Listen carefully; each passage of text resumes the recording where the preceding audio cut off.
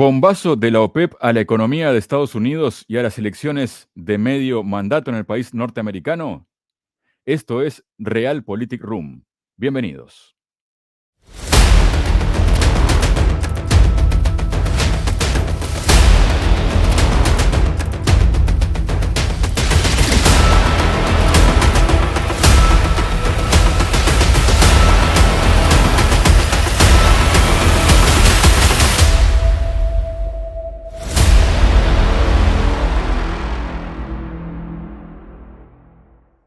Hola, bienvenidos a otro episodio de Realpolitik Room. Y como decíamos en la presentación del programa de hoy, la OPEP Plus ha anunciado este miércoles que reducirá la producción de petróleo en 2 millones de barriles por día, el mayor recorte desde el comienzo de la pandemia, una medida que amenaza con disparar los precios de la gasolina, como anticipábamos también a unas pocas semanas de las elecciones de mitad de periodo en Estados Unidos. Para hablar sobre estas cuestiones, estamos junto al analista internacional Fernando Moragón. Fernando, bienvenido a Realpolitik Room. ¿Cómo estás?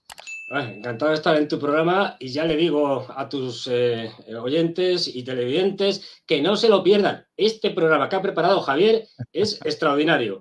Le va a revelar una serie de cosas increíbles. Ya verán que esto es de lo que hay que guardar, descargar, guardar en tu biblioteca y tenerlo porque es una joya. Mucho trabajo de producción, Fernando. Pero si te parece, vamos ya con unas imágenes de lo que ha sido esta cumbre de la OPEP. Hay una pregunta allí que hace una periodista, hay una respuesta también de parte de quien ha sido interrogado, pero vamos a presentar el vídeo y luego comentamos qué es lo que se dijo. ¿Te parece? Perfecto. I'm waiting for someone to knock on that door. That's all I can say. And you're still not getting anyone knocking on that door, because a lot of folks would say that by this action, by these cuts, you are endangering global energy markets, you are endangering the global economy. What's the response there, sirs? If you permit me, Royal Highness, we are not endangering the energy markets. We are providing security, stability to the energy markets. At a price.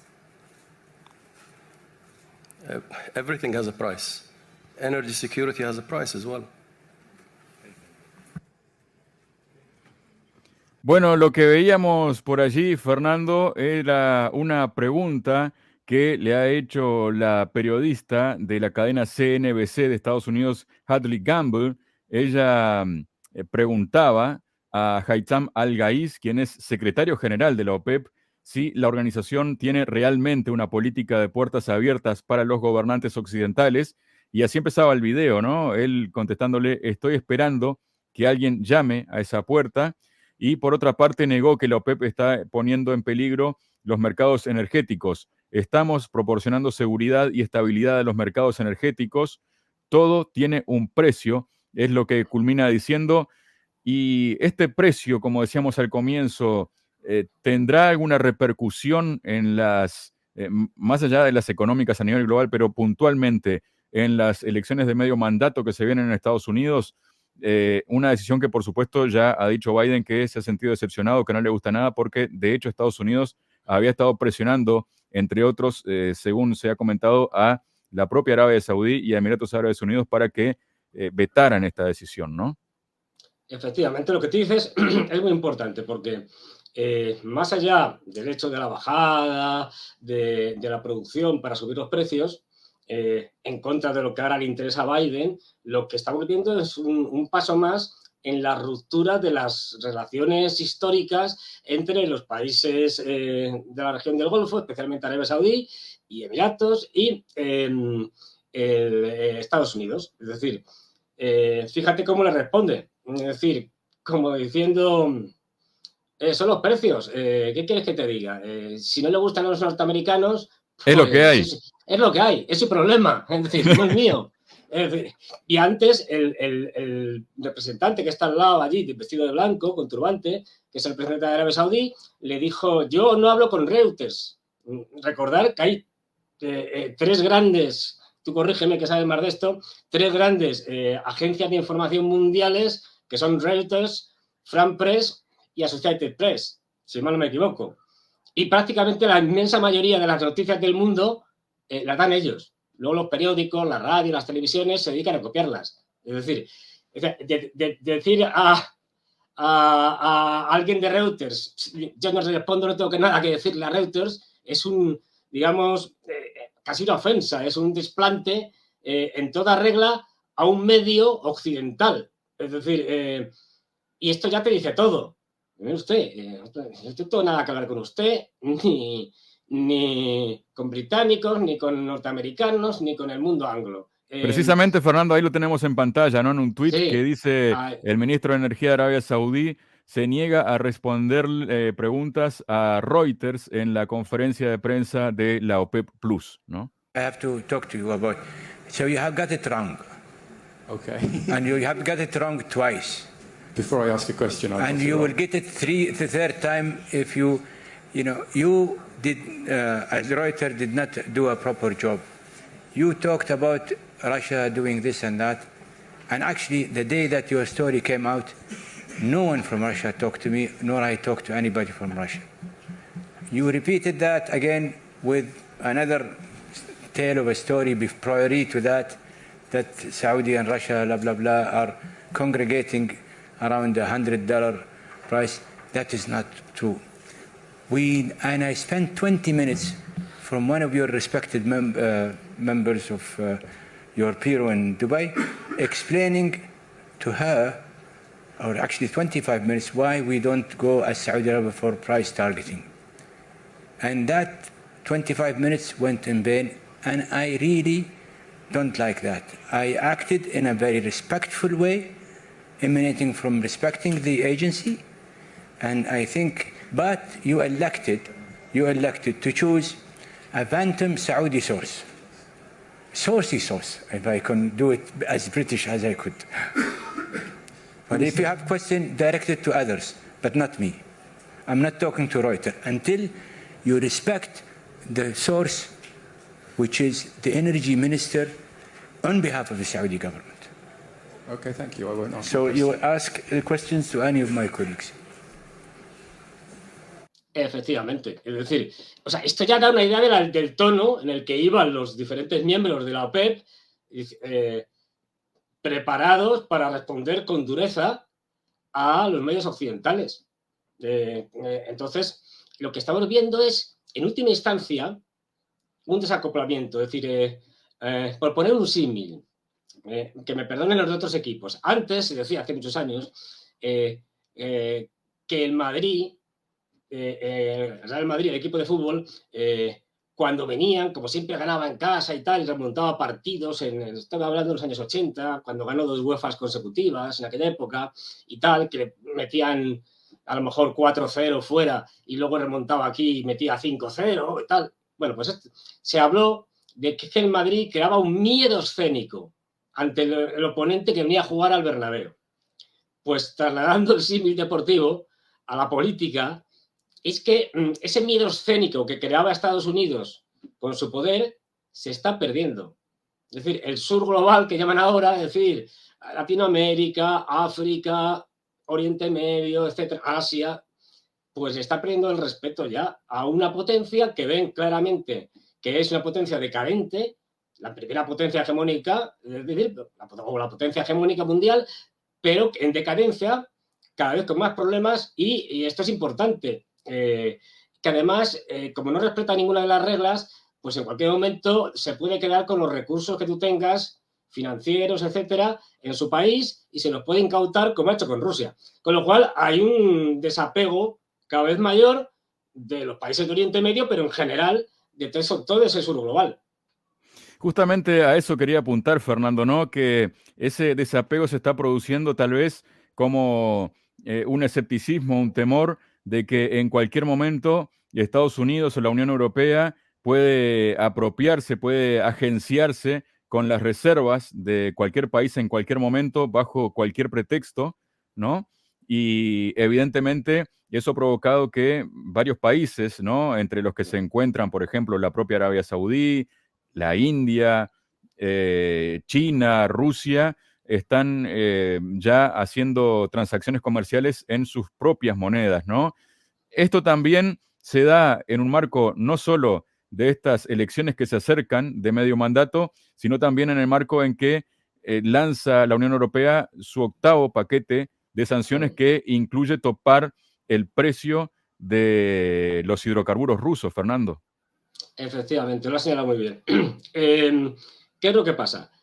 Que esta gente, es decir, lo que está viendo que además de que ya no son la gran potencia que fue antaño, sino que Estados Unidos es una potencia en decadencia, es que son los causantes de la crisis económica global en la que estamos sumidos y que no hemos más que empezado. Fueron los causantes, Occidente, de la del 2008, las desastrosas medidas para combatir el COVID con los famosas encierros masivos de población, destrozaron la economía, y esto no es que lo diga yo, lo dijo a toro pasado la misma Organización Mundial de la Salud. Esto de los encierros no sirve para nada. Es decir, se cargaron toda la cadena de suministros, pusieron patas arriba a la economía mundial y ahora, en una tercera fase, con una inflación que venía subiendo, no lo olvidemos, desde 2021, desde mediados de 2021, aquí el tema de la guerra de Ucrania no tiene nada que ver. En todo caso, lo que ha hecho es aumentar esa situación, pero no es el origen de ella, ni mucho menos. Es decir, toda esa inflación producto del desastre que crearon, puesto que provocó una retención de dinero tremenda, pues con las empresas cerradas, con la gente cerrada, sin consumo, eso hizo que la gente tuviera más dinero, que luego se pudiera, cuando ya se pudo gastar, creciera la demanda y al final hubiera un problema de oferta, que es lo que tenemos, y por eso tenemos inflación.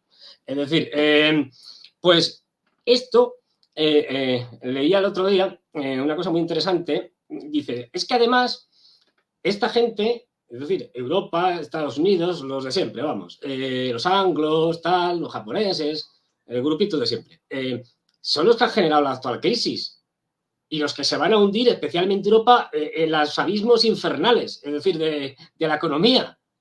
Con lo cual, lo que están buscando muchos países es, cuanto más nos retiremos de estos, menos nos afectará la crisis económica. Hasta tal punto que el artículo era del periódico británico de Spectator, y decía que mira por dónde esto va a favorecer a Rusia, porque Rusia cortar sus relaciones económicas, mejor dicho, a la Unión Europea y los europeos, al cortar sus relaciones económicas con Rusia, se va a ver muy poco afectado por el desastre apocalíptico que vamos a tener en Europa. Es decir, producto de todas esas inconsecuencias, de unas gestiones desastrosas y de unos políticos incompetentes, inútiles, corruptos y cobardes, que son los políticos de la Unión Europea. Ayer decía en un programa que y lo vuelvo a repetir aquí ahora, que si queremos salir de esto, de alguna manera, hay que destruir la Unión Europea. Es fundamental. Para salvar Europa hay que destruir a la Unión Europea. Es decir, si no, estamos perdidos.